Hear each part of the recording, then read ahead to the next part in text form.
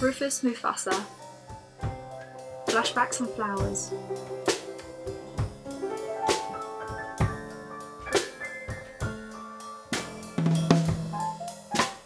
Audio review by Natalia Elliot.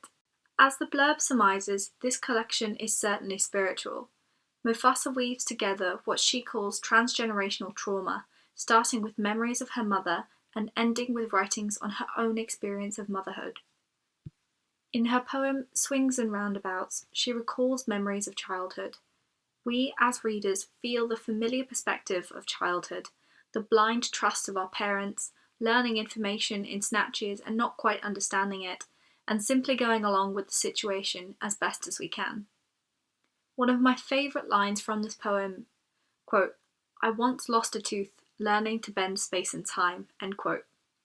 This line stands out to remind us of how easy it is for a child to get lost in their own imagination, and yet Mufasa grounds her readers with that universal and simple experience of losing a tooth.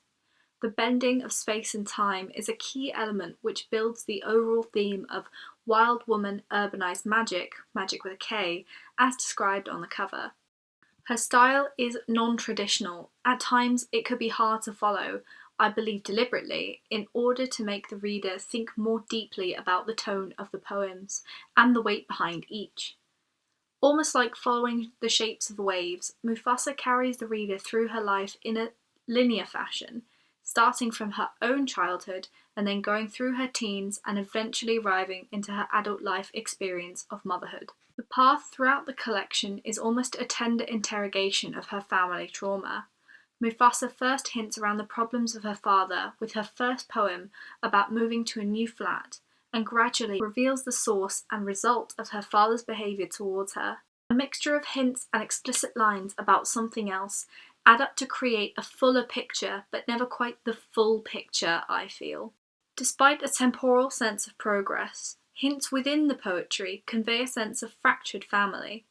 Her style changes only when she has progressed to a stage of motherhood, when she has begun the process of healing some of the trauma that she has inherited. The poems change to include full pages of writing, some of anger, some of remembrance, and one of a particularly important feminist note. The patronising tone of the character Toby in the poem Toby Said is corrected by an outpouring of direct experience from Mufasa, one in which she captures the true meaning of what she perfectly describes as female currency. This poem accurately expresses the raw emotion that she's felt as a woman, pairing that with lines such as "I'll snog them all" in reference to the boys in her class during her teenage years, and my personal favourite, "Her body wasn't a house for men's pain," which paints a much more colourful picture of the femininity that Mufasa has grown up with and experienced.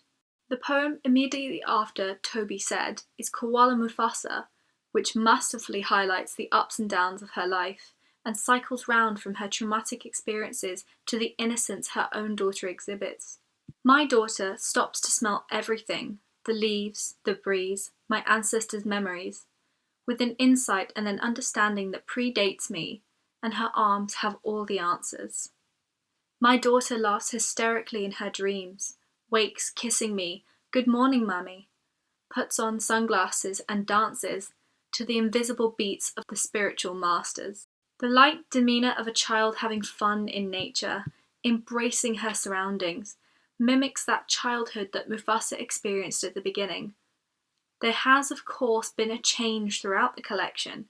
Mufasa has made attempts to lift the generational curse, the trauma of her tribe, and the result is the beautiful innocence of Koala Mufasa. In her poem, We Are in the Fourth Trimester, she describes the first few weeks with her daughter as relearning her ancestral song. The poems in this collection centre on familial connections, trauma, and of course the new love of a mother, all the while growing spiritually and embracing every bit of magic she has inherited and explored along the way. New Welsh Review's multimedia programme is sponsored by Aberystwyth University.